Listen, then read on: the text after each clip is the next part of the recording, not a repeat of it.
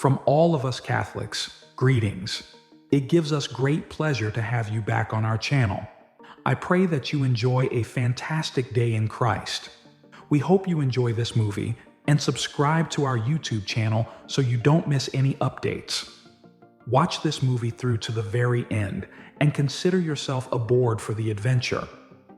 Christian history is replete with stories of miracles, divine intervention, and prophecy, all of which greatly intrigue the pious. Two such profound stories that have resonated deeply in modern times are the prophecy of Saint Malachy, which appears to predict the future popes of the Catholic Church, and the miraculous healing of Sister Luigina Traverso at Lourdes, which is proof of the enduring power of faith. These tales offer hope and strength via divine guidance, serving as a useful reminder of the necessity of spiritual preparedness in conquering both personal and planetary adversity. The Irish Saint Malachy is credited with a fascinating prophecy that the Catholic Church has held since the 12th century. The so-called prophecy that foretells the line of popes still holds the attention of believers and scholars alike. Saint Malachy, an ardent Christian leader who was born in Armagh, Ireland, experienced several visions while traveling to Rome.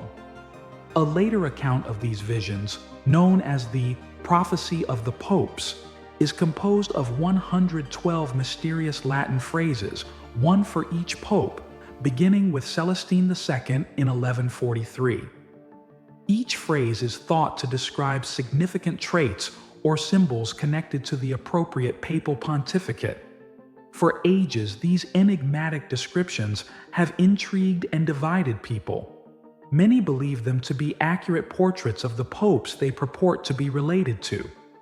One example of a phrase linked with Pope John Paul I is de labor solis, which translates to from the labor of the sun. In 1978, he was elected. He was born on May 18, 1920, coincidentally, during a solar eclipse. His reign lasted just 33 days before his untimely death, making it as brief as the eclipse. Another well-known example is Pope Paul VI. The fleur-de-lis, a flower emblem typically associated with aristocracy and purity, was used on his coat of arms. His expression, flos florum, flower of flowers, is commonly linked to this picture. However, the prophecy does not stop with historical personalities. It also foretells the identity of the final pope in the future.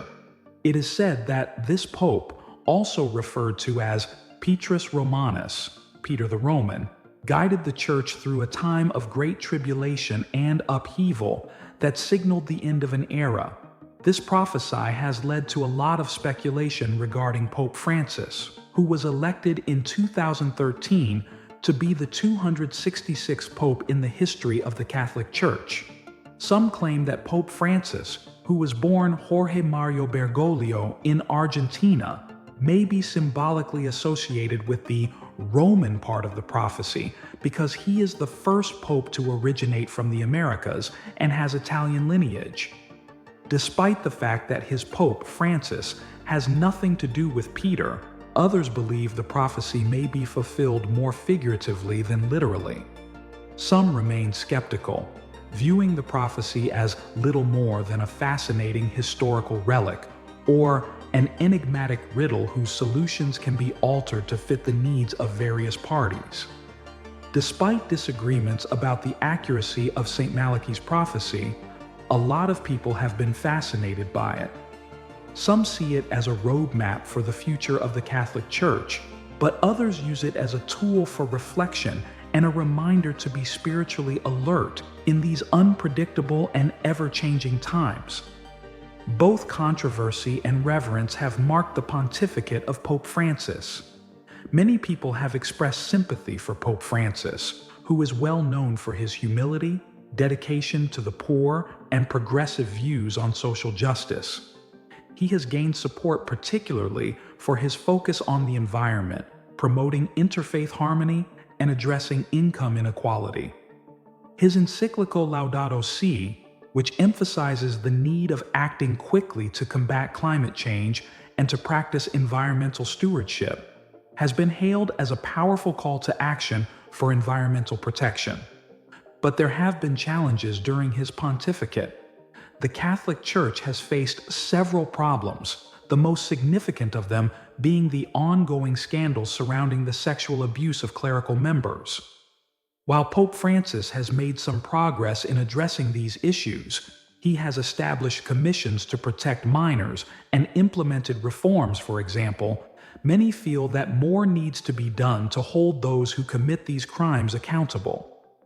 In 2018, a dismal report on abuse in Pennsylvania revealed the extent of the problem and sparked even more debate about the Church's response.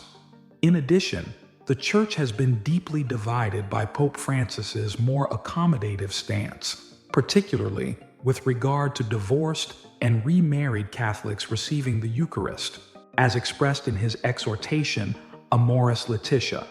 His supporters argue that his approach departs from canonical Church teaching, while detractors see it as a compassionate way to deal with the complex issues of modern life. These divisions are a mirror of the more significant problems the Church is encountering in attempting to reconcile tradition with the evolving needs of its members. In the middle of these discussions, some people are still troubled by St. Malachi's prophecy and wonder if Pope Francis could truly be the last pope before a time of great tribulation, considering his progressive stance and the turbulent times we live in. Regardless of the validity of the prophecy, the challenges confronting the pontiff inspire careful contemplation of the Church's role in a rapidly evolving world. Sister Luigina Traverso's miraculous recovery is a powerful reminder of the modern manifestations of faith and divine intervention, and St. Malachi's prophecy offers insight into the Church's future. Sister Luigina's story, like many others associated with Lourdes, is one of hope, faith, and a miraculous recovery. Sister Luigina Traverso was born in Novi Ligure, an Italian town, in 1934. At the age of 19, she joined the Daughters of Mary Help of Christians, dedicating her life to service and devotion. Her life took a significant turn in 1960, though, when she began experiencing severe pain in her leg and foot. After seeking medical assistance, she was found to have lumbar sciatica, a disease that left her largely paralyzed and in constant pain. Sister Luigina underwent numerous operations and treatments between 1962 and 1965, but her health remained unchanged. She remained immobile and in need of assistance from others. It appeared that her suffering and illness would be her only alternatives. In July 1965, Sister Luigina, in dire need of assistance, traveled to Lourdes, a location known for numerous medical miracles credited to the intervention of the Virgin Mary. Lourdes, in southwest France, gained popularity as a pilgrimage site after Saint Bernadette Soubirous saw Marian apparitions in 1858. Every year, a large number of pilgrims journey to Lourdes in search of spiritual and physical healing due to the widespread belief that the town's waters possess healing properties. During a Eucharistic procession at Lourdes, something amazing happened to me. Sister Luigina felt the Blessed Sacrament pass by, first with a piercing warmth and then a coolness. It was then that she realized her crippled foot was moving. After years of excruciating pain that had disappeared, she was able to walk once more. Witnesses were astounded by this remarkable occurrence. Upon her return to Italy, Professor Claudio Rinaldi, her doctor, evaluated her and concluded that she was completely healed, a medical miracle. The International Medical Committee of Lourdes declared her healing to be miraculous in 2011 and said that it could not have been explained by science. A year later, Monsignor Alceste Catella, the Bishop of Casale Monferrato, pronounced her healing a miracle and attributed it to the intervention of the Virgin Mary. There are several stories that illustrate the intimate connection between faith and miracles, as the one of Sister Luigina. Millions of people have visited Lourdes, where more than 70 healings have been formally acknowledged as miracles by the Catholic Church. A subtle reminder of the power of prayer, devotion, and faith in God is given by these stories. These miraculous events raise questions about what is possible in a culture where ambiguity and doubt are accepted as normal. They push us to think critically about the purpose of faith, its enigma, and the effectiveness of divine involvement in our lives. Though some may dismiss these healings as coincidences or autosuggestion, for those who experience them, they are tangible proof of a higher force at work. For those who are suffering from physical or spiritual suffering, the story of Sister Luigina's healing in Lourdes provides hope. It serves as a reminder that even in the darkest moments of our lives, faith may bring healing and serenity.